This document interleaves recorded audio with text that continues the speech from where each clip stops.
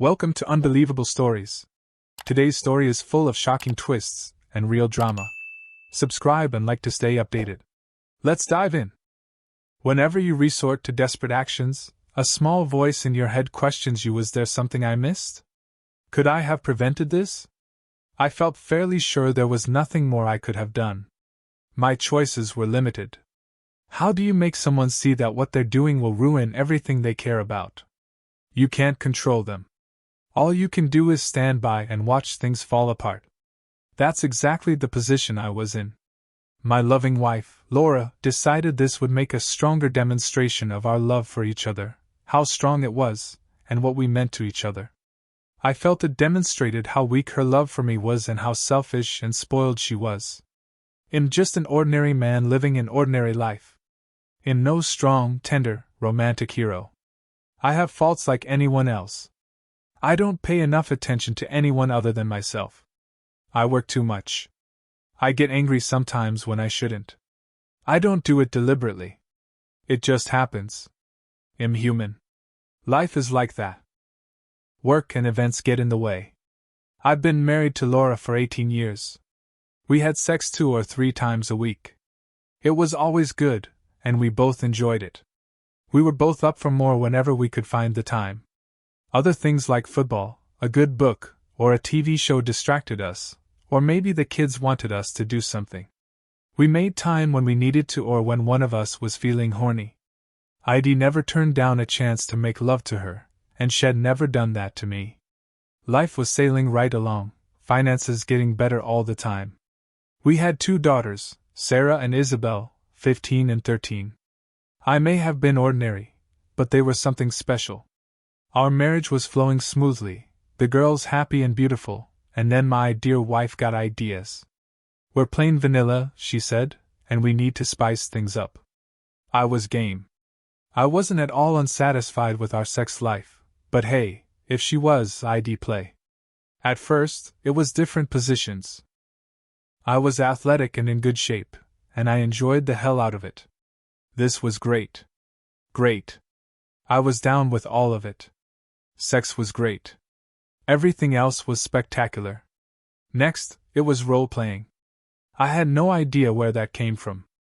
Girlfriends, women's magazines, or some moronic TV show. It was fun for about 3 times, and then it was just stupid. I had too much trouble concentrating when I was inside a hot woman to maintain my Brad Pitt character or remember that she was Angelina Jolie. I refused to do it anymore. Suddenly, she was displeased. "Daniel, how long has it been since you went on a date?" she asked one day. "Last Tuesday. I took you out to that Italian place you've been wanting to go to," I said. "We went to the movies, and your mom kept the girls overnight. Remember?" "I don't mean with me," she said. "How long has it been since you went out with someone else?" "Jesus, Laura, are you accusing me of something?" I asked. No, honey, that's not it at all. I just wonder if you remember the name of the last girl you went out with besides me." "Yes, I do," I said. "Her name was Jessica, and it was about 2 weeks after I met you. I think you might remember her too. We kind of had a big argument about that date." "Do you ever miss it?" she asked. "God, no," I laughed. "I remember how awful it was. Not that date, it was pretty good, but the whole dating thing. Working up the nerve to ask a girl out, worrying about being shot down, awkward first conversations. It was traumatic as hell. More like absolutely terrifying," I said. "What brought this on, Laura?" "I was just wondering if you ever felt like you'd like to go out on a date with someone else," she said. "No, I've never felt like that," I told her. "I guess everyone has fantasies, but no. I seem to remember you being extremely pissed off when I went out with Jessica, and you told me you wanted us to be exclusive. I decided that's exactly what I wanted too. If I felt differently, I wouldn't have asked you to marry me. I'd just have dated women. That's what being married means. You don't go on dates with people other than your spouse." She let it drop, and I didn't hear any more foolishness for a month. It was a Tuesday night, and we had just finished making love. It was good, and no pretending to be Bobo the Clown or tying her up or some silly shit. It was just her and me, a man and his wife screwing each other's brains out. I came twice, and she must have gotten off half a dozen times. She was laying half on top of me, and we were kind of floating in that post-orgasmic bliss, and then she blew the mood. Daniel, I saw how Emma was looking at you tonight. She wanted you to ask her to dance. Emma is our friend from where Laura works. We've known her forever. We met her and Tina, another friend from work, for dinner, and then we'd gone out to a club. Emma is a really sweet, really hot lady about 5 years younger than us. Well, that's very flattering, but I only want to dance with you, I told her. I wouldn't be jealous if you asked her, she said. That's nice, but then you don't have any reason to be because I'm not going to ask her, I said. Would you be jealous if I danced with another man? She asked. I guess your brother would be okay, I said. It was a joke, but she didn't laugh. I've never cared if you danced with guys who asked nicely and kept their hands where they belong. Was there someone there you wanted to dance with? I don't remember anyone asking me. No, I was just wondering, she said.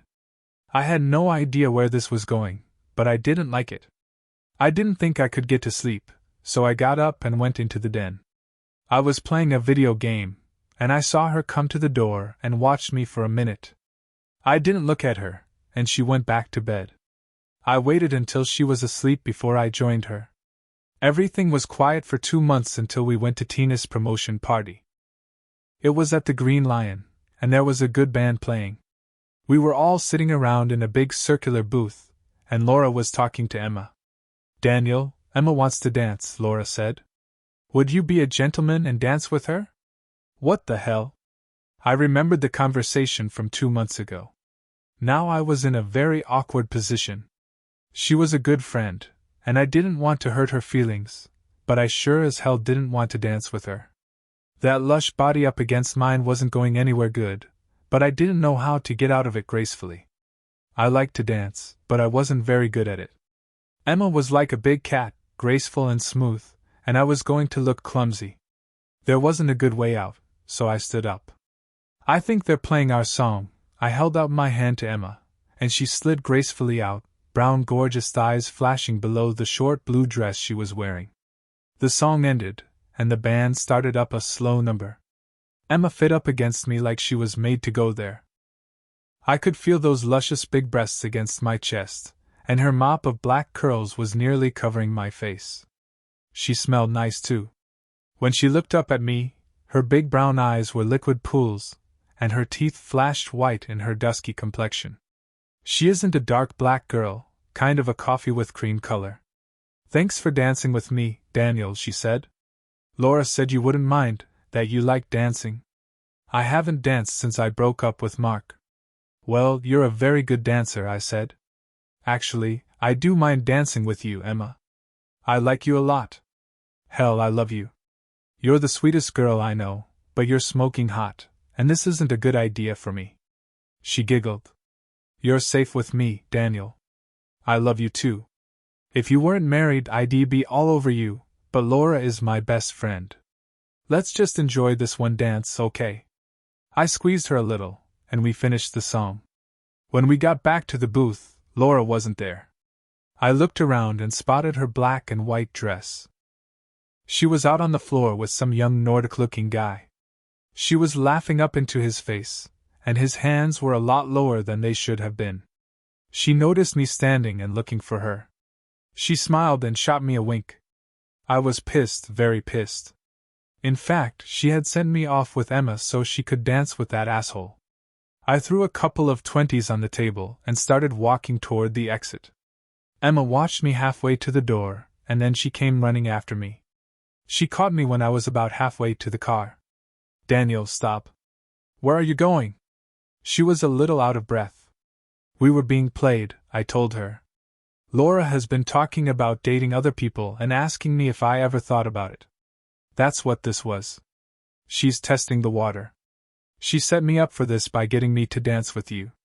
That gave her the excuse she needed to dance with Tony in there. So what are you doing? She asked. Are you just going to leave her here? That's exactly what I'm going to do, I said. Well, you can't leave me here, she grabbed my arm. I rode with you guys. I felt like a heel. I'm sorry, Emma. I don't know what I was thinking. It's okay, Daniel. I don't like being played any more than you do, she said. Take me back to your house so I can get my car. We were nearly home when my phone buzzed.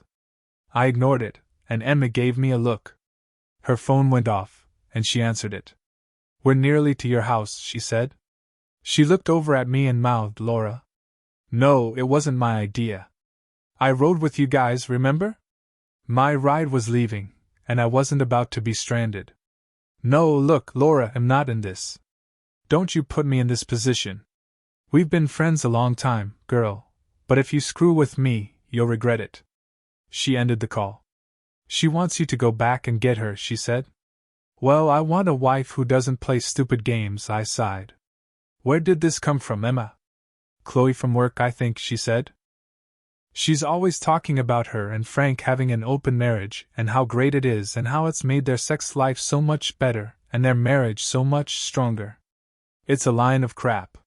She and Frank hardly talk and spend all their time trying to screw all their friends. He's been hitting on me as long as I've known them, the creep. She's been filling Laura's ears with this crap for 2 years. I didn't think Laura was stupid enough to fall for it, but I guess I was wrong. I think she's trying to set us up, Emma. She knows I love you and that I've always been really attracted to you. I nearly choked. Thanks, Emma. This is really awkward. I mean, I think you're gorgeous, but I'm a one-woman sort of guy. I'm not good at sharing my toys either. I'm sorry she got you involved. Why should you be sorry? She asked. You didn't have a thing to do with it. I got to dance with my dream man, and am not at all sorry about that. Daniel, will you let me know what happens? I assured her I would, and she got in her car and left. I went into the house, thought a minute, and then got my stuff out of the master bath and put it in the guest room. I went back, got my stuff for work the next day, and put it in there too. I locked the door and went to sleep. For some reason, maybe the drinks I'd had, I went right to sleep. I half woke up when the door slammed downstairs, and I heard footsteps in the hall. The knob to the bedroom door twisted a few times. Someone tapped on the door. Daniel, what the hell is going on? I heard Laura stage whisper. I guess she didn't want to wake the girls who were asleep just down the hall. She tapped and whispered for about 10 minutes, and I heard her footsteps retreating down the hall to our bedroom. Well, it had been our bedroom.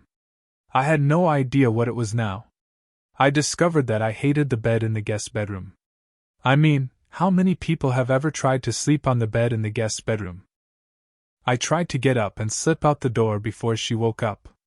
Yeah, it was a coward's plan, but who cares? I just didn't want to see her. It didn't work. She came down the stairs as I was putting some files in my briefcase. What the hell is wrong with you, Daniel? She sputtered. She was mad all over. I think you should be asking yourself that question, I said. What's that supposed to mean? She was a little loud. You left me at the club last night, locked yourself in the spare bedroom, and you're trying to sneak out of the house an hour before it's time for you to go to work. Now you think something is wrong with me? Yeah, that's exactly what I think, I said. I picked up my briefcase. Everything I did is in reaction to what you did. I don't even want to look at you right now. You have no idea how close you are to making me permanently pissed off at you. Get your shit together, make sure all your points are checked off, and be ready to talk about this when I get home. I'll pick the girls up and take them to Mom's house. We're going to settle this. Her face went pale. I have no idea what you're talking about. What if I had something planned tonight? Up to you, I told her.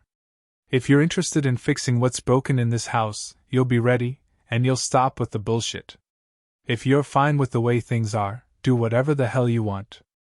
Oh yeah, one more thing. Move your shit into the spare bedroom. I like my bed. You aren't welcome in the same bed as me. She puffed up like a toad, but I wasn't going to listen to it. I just left her there and went to work. I picked up the girls from school, and they were happy to go to Grandma's for the evening. I told Mom that Laura and I were having some problems, and we needed some time to ourselves. She just hugged me and told me she loved me. I was grateful not to have to answer a bunch of questions. Laura was there when I got home. She'd made cookies, and there was a plate of them and a cup of coffee waiting for me. She stood up and clung to me for a long moment before kissing my cheek and sitting down beside me on the sofa. I helped myself to a cookie. They were very good, oatmeal with chocolate chips and M&Ms in them. Good, I said. She smiled, and it seemed like we were off to a good start. I hated her to spoil all this amicability. Laura, that was some nasty shit you pulled last night, I told her. It's bad enough that you did that to me, but you got Emma involved. That was humiliating to both of us. It was disrespectful to me and to that sweet girl who's supposed to be your friend. She had trouble meeting my eye. I'm sorry, Daniel, she said. I shouldn't have done that. Okay, I've just been trying to talk to you, and you've just shut me down. I thought maybe this would be a way for you to see some possibilities. Possibilities for what? I asked. What is it exactly that you're doing and thinking, Laura? Just ask me, tell me, or whatever. You're playing games, and it's pissing me off. She hesitated for a minute, and then just blurted it out. I was just thinking that we might try dating other people. Well, there's a little problem with that, I told her. Actually, there are several problems. The first one is that both of us happen to be married. Other married people do it, she said. Things aren't like they used to be. Lots of people have open marriages, and they love each other more than ever. It just makes their love for each other stronger. How do you know that? I asked her. Everyone knows that, she said. The girls at work talk about it all the time. Are these girls married? I asked her. Yes, that's how I know about it. Give me a name, I said. Chloe, she said. Chloe and Frank have an open marriage, and their marriage is stronger than it's ever been. How do you know? I asked her. She told me, she answered. Well, that definitely means it's true. How do you know she's not lying? I have an idea, I told her. Let's look it up. Google knows everything. Let's take a look at all these loving open marriages. She seemed a little shocked, but she came and sat beside me while I fired up my laptop. I got the browser open and typed in, how many people have open marriages? I had no idea what we were going to find, but I wanted to know now. I clicked on the first link. According to the survey we read, less than 1 of Americans have open marriages. We checked several other links, and the result was the same, less than 1. I think you had expected something different, I said. That's still a lot of people, she said. That's 3 million at least. That's not right, I said. I doubt very many children are married, open or otherwise. Okay, let's try this. I typed in, how many Americans expect their partners to be faithful? We clicked the link and found out that it was more than 95. So what do you suppose that means? I asked. I guess that most people aren't very open-minded, she said. I thought there'd be more people with alternative lifestyles. I hear about it all the time. I wonder how many of those open marriages end in divorce. Want to see? I asked. I don't think she did. Well, I did, and I wanted her to know. No, she said. I typed in, how many open marriages end in divorce? The answer turned out to be that 92 of open marriages end in divorce in 5 years or less. Okay, I said. Let's see. Less than 1 of Americans are in an open marriage. That means that out of 1 million people, fewer than 10,000 are in open marriages. 92 of open marriages end in divorce. That means that out of that 10,000, there are 800 that don't end in divorce in 5 years. That's 800 out of 1 million. Laura, you do the math. If 92 of 1 fails, how many successful open marriages are out there? What are the chances that ours would be one of the ones that work? Her voice was quiet. Not very good, she said. The paltry few that do succeed are the ones where both parties are on board, I told her. Look at the screen. 100 of the ones where one party is coerced into doing it fail. Ours would be one of those because I'm sure as hell not doing it willingly. Can you imagine how my feelings of resentment, competitiveness, jealousy, insecurity, and betrayal, and lack of security would affect us if I were to allow this? The only possible reason I would do something so absurdly painful would be if I were desperate to keep you. I'm not that desperate. Other women are attracted to me. One told me so last night. If I were some pathetic loser that couldn't get a date, or a sick freak that likes watching his wife screw other men, maybe I'd be interested in playing your game. I'm not that man, Laura. I'd rather you shoot me in the head than break my heart. I don't think you can believe everything you see on the internet, she said feebly. No, you're probably right, I said. I think a good bit of it is probably bullshit, especially the part about things are different now. Lots of people have open marriages. That's the part you shouldn't believe. Do you think you can believe everything that Chloe tells you? How many times has she been divorced? How about her husband? How many times has he been divorced? I don't know about him, she said. Well, what about her? I asked. 4 times, she said quietly. So you're taking marriage advice from a 4-time loser? I asked incredulously. It's not like that, she protested. She and Frank have a really strong marriage. I don't know what happened the other times. Maybe she married assholes. Or maybe she's the asshole, I said. I was disgusted with this. I asked Emma where all this crap was coming from. She said Chloe talked about this all the time. I also found out that Chloe and Frank hardly speak to each other and spend all their time trying to have sex with their friends. How do you think this is going to end, Laura? What exactly do you think you're doing? Well, don't you think our sex life has been a little bit stale lately? She asked. No, I don't, I told her. I've been perfectly happy. How many times did you climax the last time? 6. It's gotten weird because you want to play stupid games. Wait a minute. Were those Chloe's idea too? I could tell by the look on her face that they were. Jesus Christ, I exploded. They were her idea? This is fucking unbelievable. We have a really strong marriage. This could be so good for us and so exciting, she said. We could come home and tell each other about our experiences, and it would be so hot. Don't you have fantasies about me being with another man and then coming home and fucking your brains out? Lots of men have that fantasy. It's in the top 10 male fantasies. Fantasy? I exploded. More like a nightmare. How do you know lots of men have this fantasy? You want to give it a Google? I don't know who's into this, but it makes my skin crawl just thinking about it. You do that, any of that, and we're through, Laura. She looked shocked. What do you mean, we're through? Do you mean you'd divorce me? Is that all our marriage means to you? I thought you loved me more than that. I thought our marriage was strong, and you'd be open to things. Yeah, well, I thought it was strong too, I said. Apparently, it's not as strong as I thought. The fact that you're even talking like this tells me that our marriage doesn't mean shit to you. What are you going to tell the girls? Mom and Dad are splitting up. Are you going to tell them why? We're not splitting up, she said. If we were, it would be because their dad doesn't love me enough to accept the fact that I have enough love for him to allow him to have other relationships. Guess again, I said. What they would be told is that their mother doesn't love their father enough to keep her marriage vows. She doesn't love them enough to make sure they have a good, loving home. Their mother wants to be a whore and doesn't give a shit about anyone else. We were both angry now, and she promptly nailed the lid on the coffin.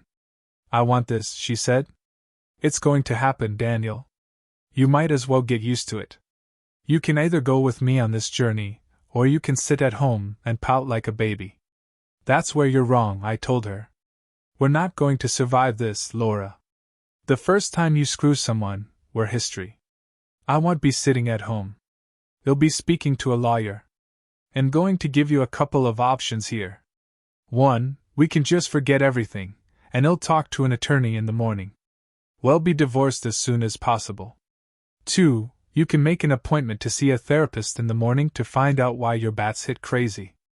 Right after that, you can make another appointment for us to see a marriage counselor. We'll try to fix this mess. They'll go to counseling too and work with you, but I'm not at all hopeful. This is the big fuck up, Laura. I've seen this coming ever since you started getting weird ideas.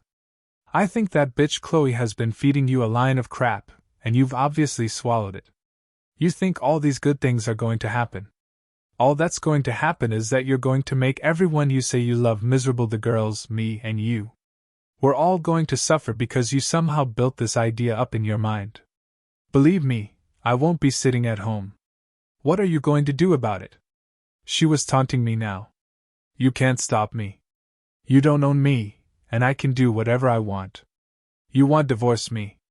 You have too much to lose. You'll get the girls in the house, and you'll be paying alimony and child support. Think about this, Daniel. Don't do anything stupid. I love you. I'm never going to leave you. This can be so exciting for us. Well, experience the thrill of all those first times without any of the risks or downsides. They'll come home, or you'll come home, and we'll be there for each other. It'll be so hot that it will be the best sex of our lives. Come on, baby, let's just give it a try.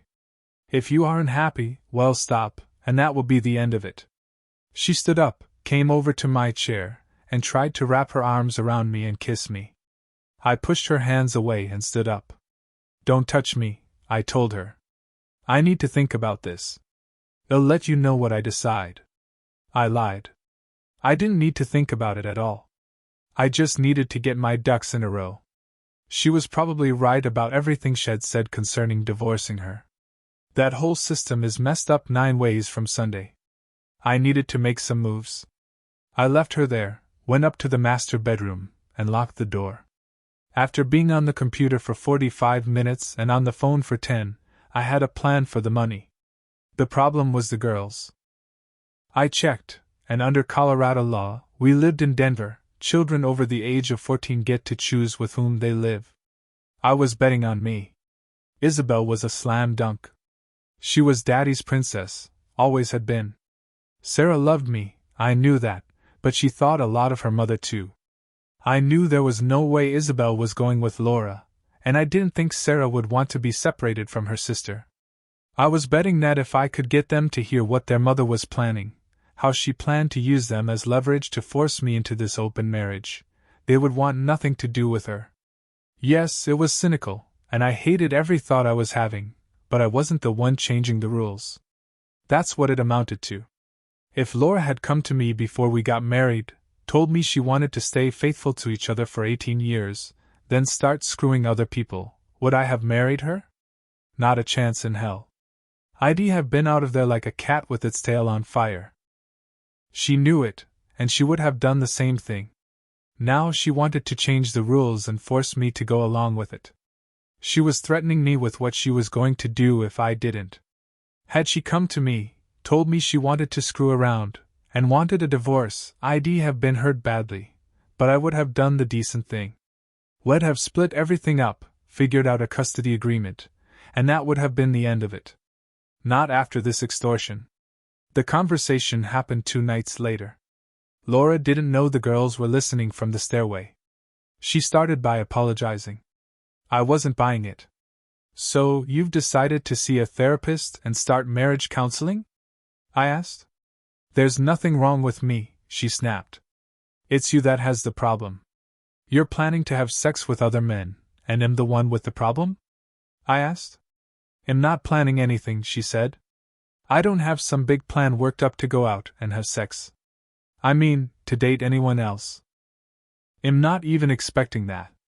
I just think we should have the option if it comes up. I have a different idea, I told her. Just so you know, I have opportunities to cheat on you occasionally. It's not every day, but a dozen times down through the years I've had my chances. Do you know what kept me from doing it? What? She asked. I did have a plan, I told her. I was planning not to cheat. I went into every one of those situations with the plan that I wasn't going to do it. That's what being married is all about, planning to have a good marriage, planning not to have sex with other people. If you don't plan to succeed, you're planning to fail. Isn't that what they say? That's what you're planning to do.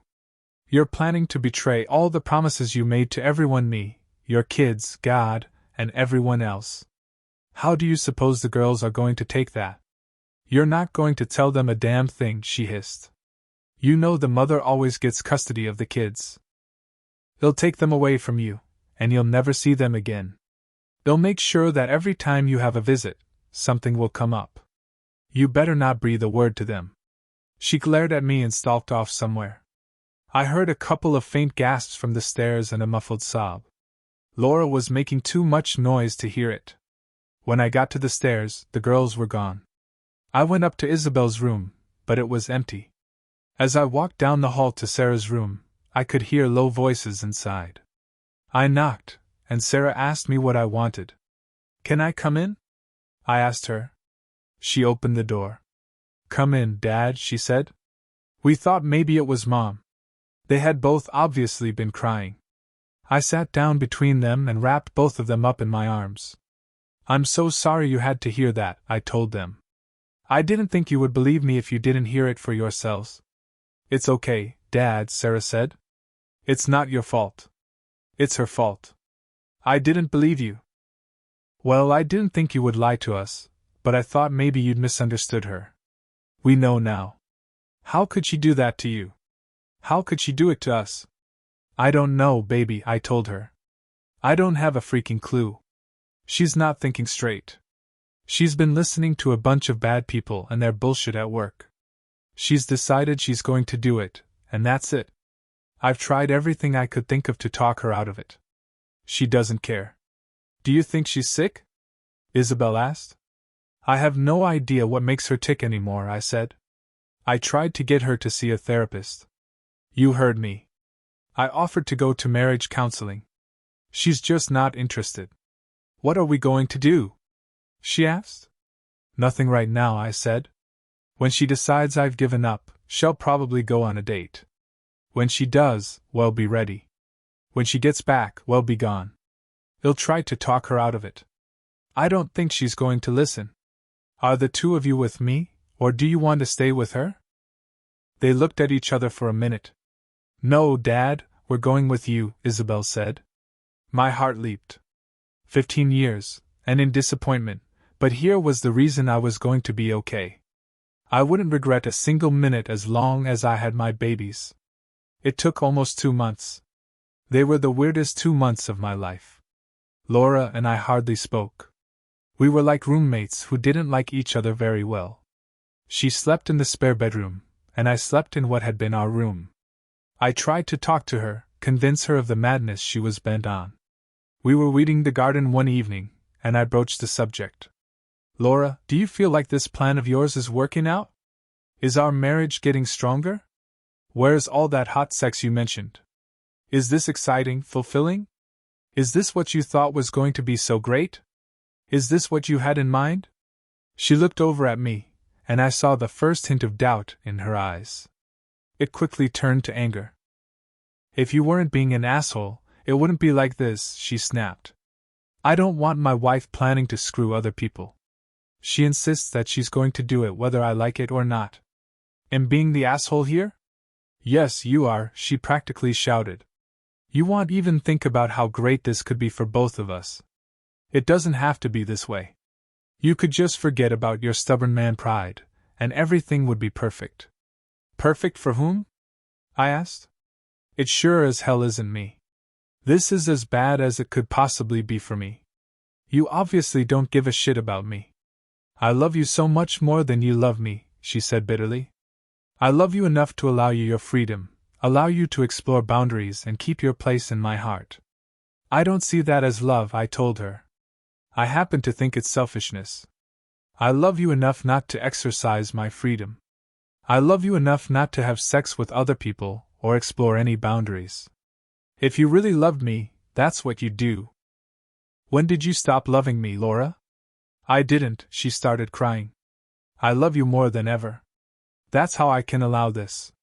My love for you is stronger than you'd ever believe." "So love is you driving a stake in my heart? That's love to you?" I asked. "That's not what I'm doing." She was furious now. "I'm going to the club with Jason from work Tuesday night," she said. "Emma is going with us. Please, Daniel, come with us. Give it a shot.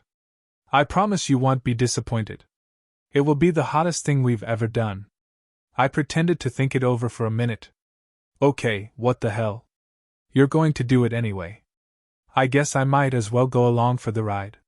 She was across the garden in a flash, her arms around me, and her body pressed against mine. Daniel, she sobbed, God, thank you, sweetheart. I was going nuts. I didn't think you'd ever even consider it. You won't be sorry, baby. I promise you'll never regret this. I was regretting it already, but this situation was intolerable. I couldn't go on like this. I wondered if Emma would help me. I decided to give her a call. As it turned out, she was mad as hell. She had no idea what was going on when Laura asked her to go clubbing. She didn't know Jason was going to be there, and she sure as hell didn't know she was being set up to be with me. That bitch, she said when I told her. I'm calling her now, and she's toast. Emma, do you trust me? I asked her. What the hell is that supposed to mean? She sputtered. I trusted that wife of yours too. Emma, calm down, I told her. I need your help. I know you're upset, but I really need you to help me. This is the dividing line. I'm leaving her. We'll be divorced as soon as possible. I'm ready, but I need your help. I'm going to play along, and I need you to play with me. I could hear her breathing deeply into the phone. What you got in mind? She asked. I'm going to pretend I'm down with all this, I told her. I'm going to ask you to go home with me. All you have to do is pretend you want to. She laughed. How do I know this isn't some devious plan to get me in your house? I chuckled. It is, I told her. I need you to take the girls to my new place while I get our stuff out of the house. That brought out the wicked side in her, and she agreed that her vengeance could wait. I hadn't been aware that she had a vengeful side, but it was going to work for me. All that week, Laura had sex with me like there was no tomorrow. Tuesday, there wouldn't be a tomorrow for us.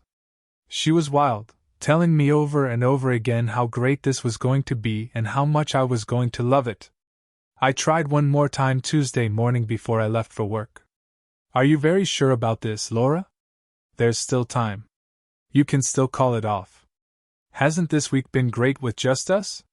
Daniel, we've already been through all of that. If it turns out you don't like it, we can talk afterward, but I'm not changing my mind, she smiled at me. Yes, Daniel, this last week has been wonderful. I've loved it, and I love you. Tonight will be the best yet. You'll see. Thank you for doing this with me. You're going to love it, Daniel. I know you will. She danced her way out of the bedroom. She knew I was going to love this, right? I thought sourly. Let's get this day over with. When Emma stopped by the house on Tuesday evening, she was absolutely stunning. Laura was cute, petite, and slender with a face that belonged on a teenager. Emma was in a whole different league. She was tall and had one of those bubble butts you hear so much about and almost never see. Laura was a bit flat back there. Emma had on a short, tight red sheath dress with sequins all over it. She just looked amazing. I was wearing a sport coat and black pants with a ribbed t-shirt under the coat.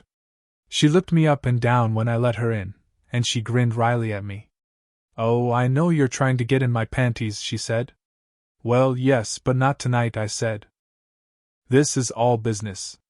You'll have to wait for the panties. That's a shame, she said. I'm wearing a thong, and I think you'd like it.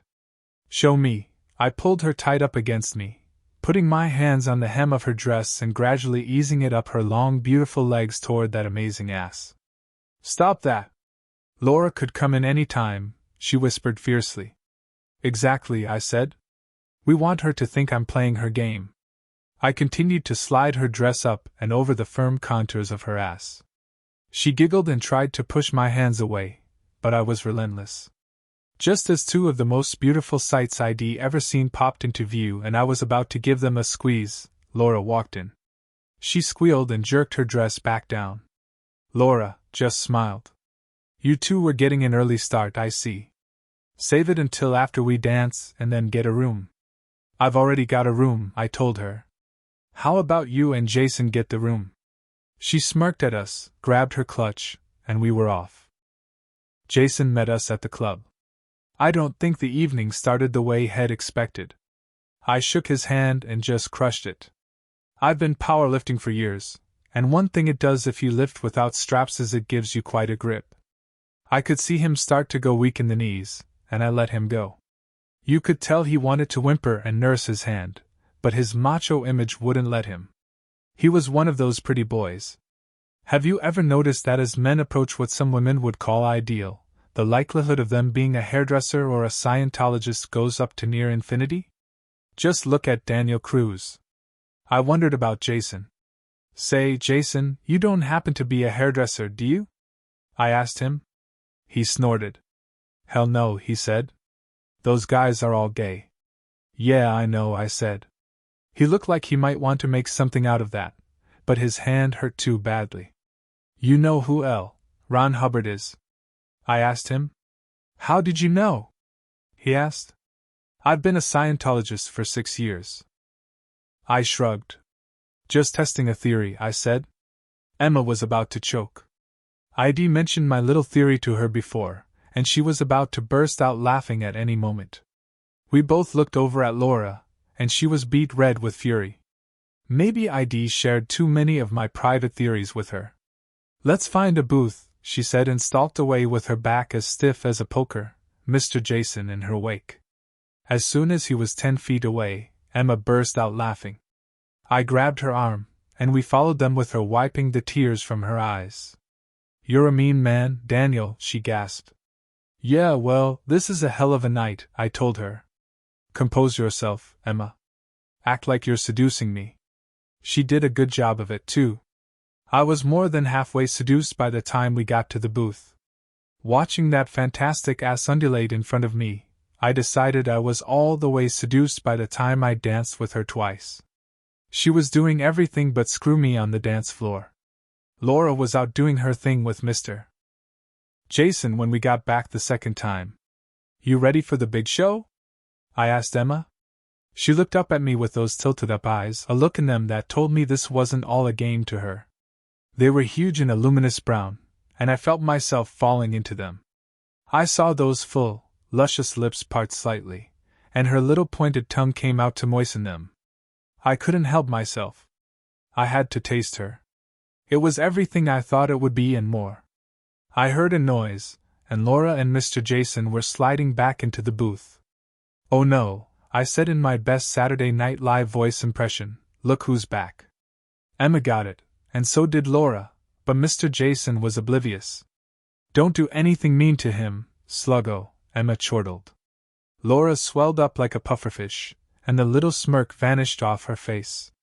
Emma and I are going to get out of here, I told them. You kids have fun now. Laura walked us to the door. Are you sure you're okay, Daniel? She asked. You were being kind of a dick back there. No, I'm not okay, I told her. Laura, it's not too late. You had your fun. Just walk out of here right now with me. We'll go home and try to work things out. If you stay, this is for keeps. No, Daniel, she said. This is going to be so great for us. Just go and enjoy, Emma. It's going to be awesome. You'll see. Just try not to be such a dick, okay? Yeah, well, it's not my dick you're interested in, is it, Laura? I said. We both know it's Mr. Jason's dick. Good luck with that. We're out. She grabbed my arm. This is going to be so great, Daniel. You'll see. Emma is hot for you. You can tell me all about it when I get home. Aren't you spending the night with him? I asked. I figured with a stud like him, I'd go all night. Well, I guess I might. She was a little hesitant. I thought I'd get home around midnight, and then we'd do our thing. You know, spice things up. Oh, right, I slapped myself on the forehead. I forgot. Well, see you when you get there. If Emma and I are still, you know, banging, try to be quiet, okay? She gave me a look and kissed me. I hope she enjoyed it. It would be the last one. I went out and got in the car. Emma was waiting. You sure you know what you're doing, Daniel? She asked. You've been married a long time. Yes, I'm sure, I sighed. I expected you to be more upset than this, she said. After a while, you just run out of juice, I said. I was upset for a long time. I'm just sick now, tired and sick. I just want it over. Somehow I've lost the energy to be upset. I've cried gallons of tears, and the crying time is over. It's time to move on. Let's go get the girls. When we pulled up, the moving truck was already being loaded. The girls were carrying their clothes downstairs and packing them in big plastic tubs.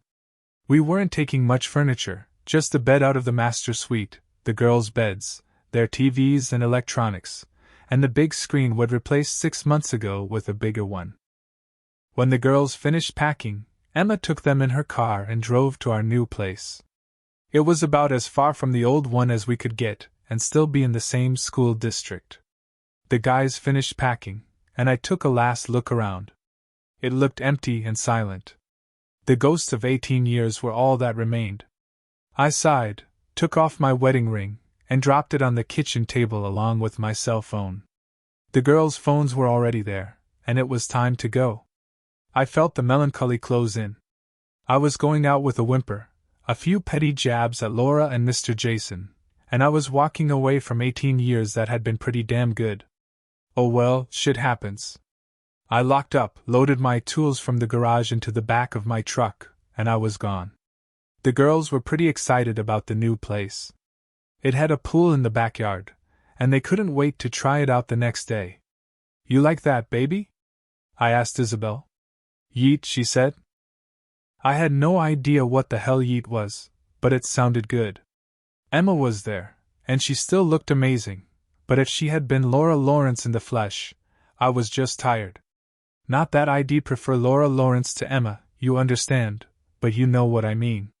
She sensed that, I think, and she just gave me a dazzling smile, a quick peck on the cheek, and she was gone, the lingering smell of her perfume the only reminder that she'd been there. We went to bed, and surprisingly I slept. Not well, but I did sleep.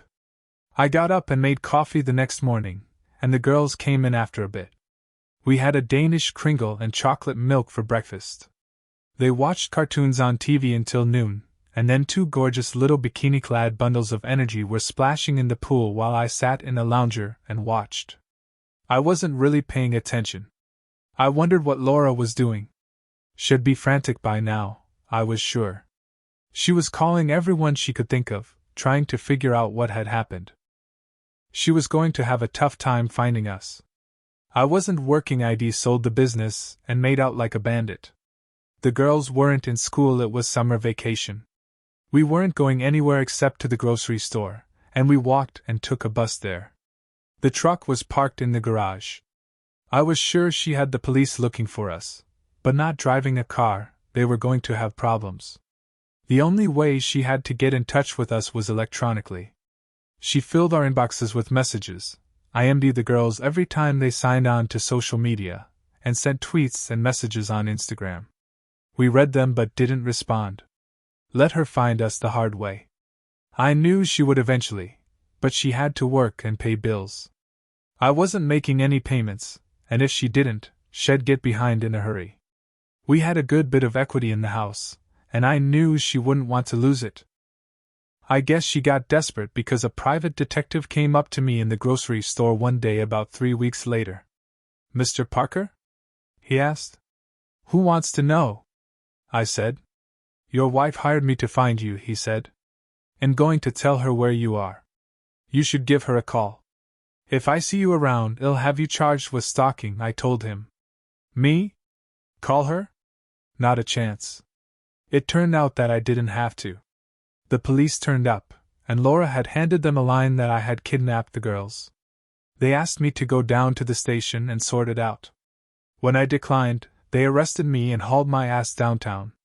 The girls went in another car, and when we got to the station, Laura was there. She tried to hug the girls, but they weren't interested. They pushed her away, and a woman came and got them and Laura. They went into one room, and I went into another. The cops started questioning me as if they had a hard-on for me. I identified myself.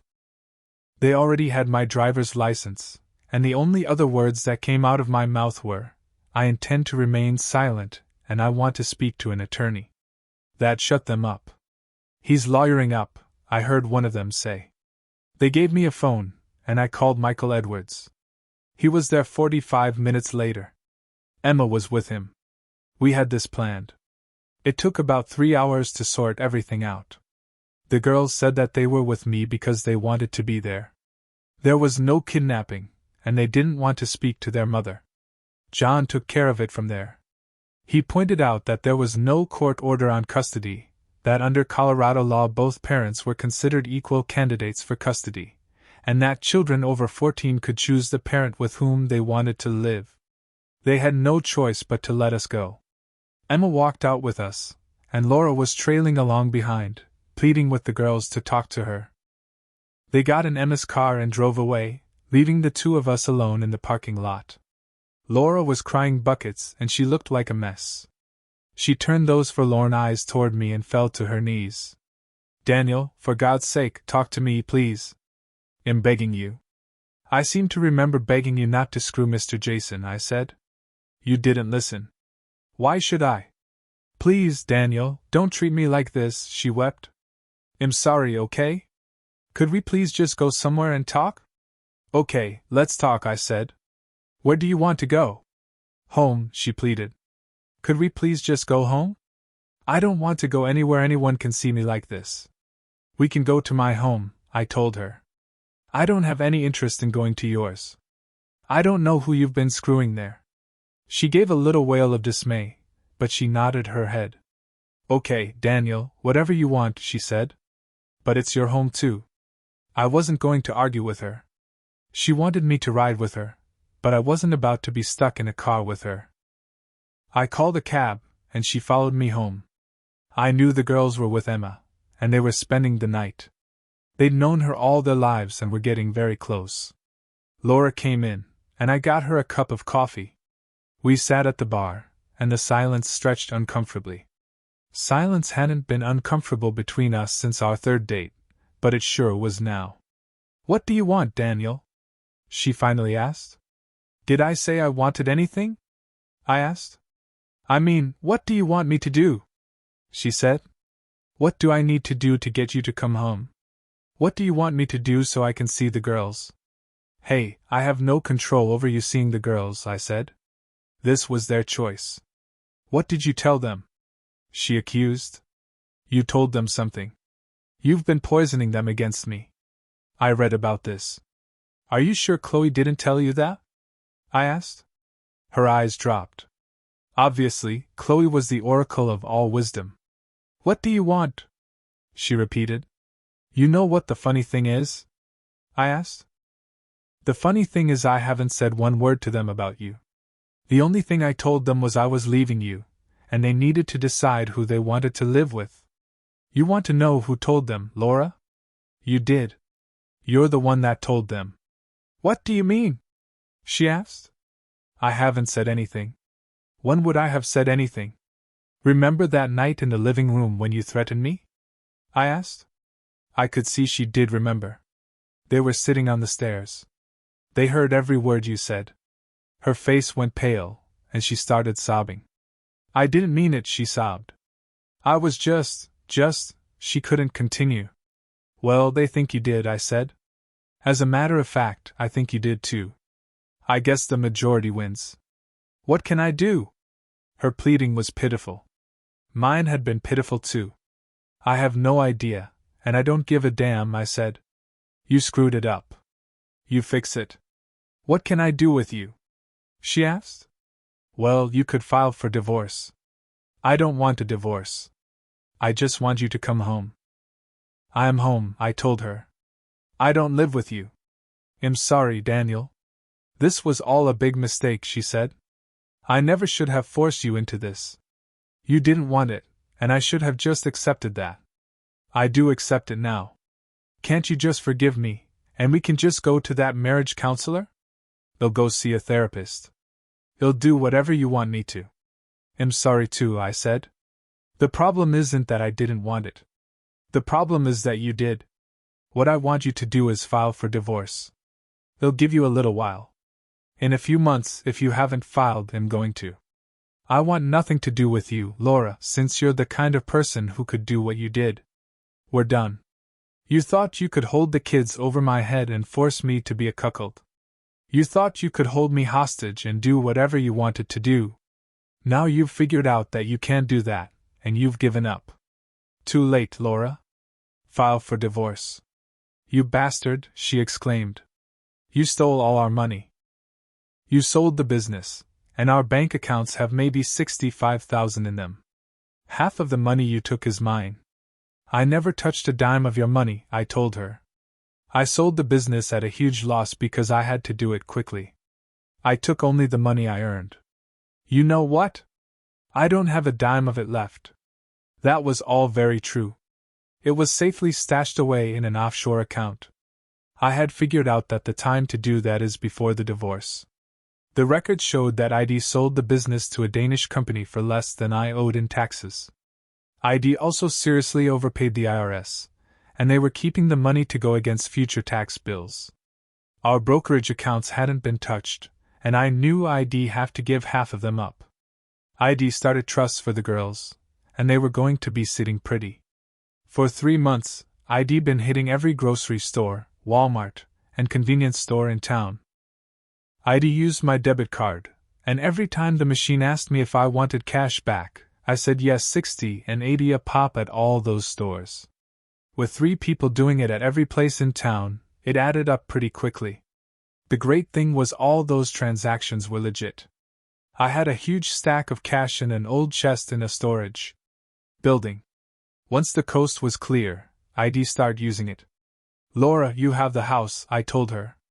We have enough equity built up for you to sell it, get out of the mortgage, and do just fine for a while. Maybe after you sell the house, you can move in with Mr. Jason. I wonder how his wife would feel about that. She gasped. I didn't know he was married. No, you didn't care that he was married. You wanted an open marriage. Maybe he has one. It's time to move on, Laura. File for the divorce. We're done. I stood up and walked to the door. She followed, wringing her hands and crying. She stopped at the door and looked up at me. Tell the girls I love them and I'm sorry. Will you please do that for me, Daniel? Yes, I'll tell them. I'm not going to give up, you know. I'm not filing for a divorce because I don't want one. I want you back home where you belong. I wish you were a little more open-minded, Daniel, but I see that's not possible. I never intended it to be like this. I never thought you were serious about not even trying. I still think if you would have just tried, you would have found out that you liked it, but I see now that you can't even try. I still love you in spite of that, and am going to keep trying. I was too tired to argue with her. I saw her out the door, took a minute to collect myself, and called Emma. She brought the girls home but didn't come in. Isabel and Sarah were very upset and even angrier with their mother than before, if that was possible. I knew they wouldn't be at all receptive to the message from Laura I had for them, so I decided to just sit on it for a while. 2 days later, Laura showed up about 4:30 with dinner. She had made chicken tetrazzini with French-cut green beans and a big basket of garlic bread. Sarah opened the door. Laura tried to hug her and got a stiff arm for her troubles. Hi, baby, Laura began. Dad, Sarah called loudly. You need to come out here. Sarah, her mother started, I'm so sorry, baby. I love you, and I've missed you so much. I just want to. Sarah shut her down. I don't want to hear it, she yelled. You don't do what you did to people you love. Stay the hell away from me. She stalked away, and Laura nearly collapsed. I rescued the basket with the food in it she was carrying and pulled her over to the sofa. She sat down and buried her face in her hands. What have I done? She sobbed. They hate me, Daniel. They won't even give me a chance. Well, what you did to them was pretty hateful, I told her. I doubt they'll ever trust you again, Laura. It may be possible for you to build some sort of relationship with them. I won't stand in the way, but this is on you, not them or me. I made dinner, she looked at me pleadingly. I felt sorry for her. She did it to herself, but she was hurting. I've never been one to kick stray dogs. Let me go talk to them, I said. Find the dishes in the kitchen, and we'll see what happens. Thank you, Daniel. I need a tissue, she said. I got her a box and went up to talk to the girls. They were steaming. I can't believe she just showed up here, Isabel said. What did she think? She could feed us, and then everything would be okay? She destroyed our family. I know, kitten, I told her. Here's the deal, she tossed in the hand grenade, and now she has to deal with the shrapnel. She still doesn't get it. She still thinks I'm the one with the problem. That's okay. I can live with that. I'm not going back to her. I want you to stay with me, but if you want to be with her, that's okay. Nothing will ever change how much I love you too. I'd rather hang myself, Sarah said. We're staying with you, Dad. I hugged them up. Do you think we could go down and eat with your mother and be civil to her? I asked. Do you want us to? Sarah asked. Yeah, I do, baby, I said. Just don't say mean things to her, okay? Let her know how you feel, but don't be mean. You think you can do that? They both agreed they could, and we had the most awkward dinner in history.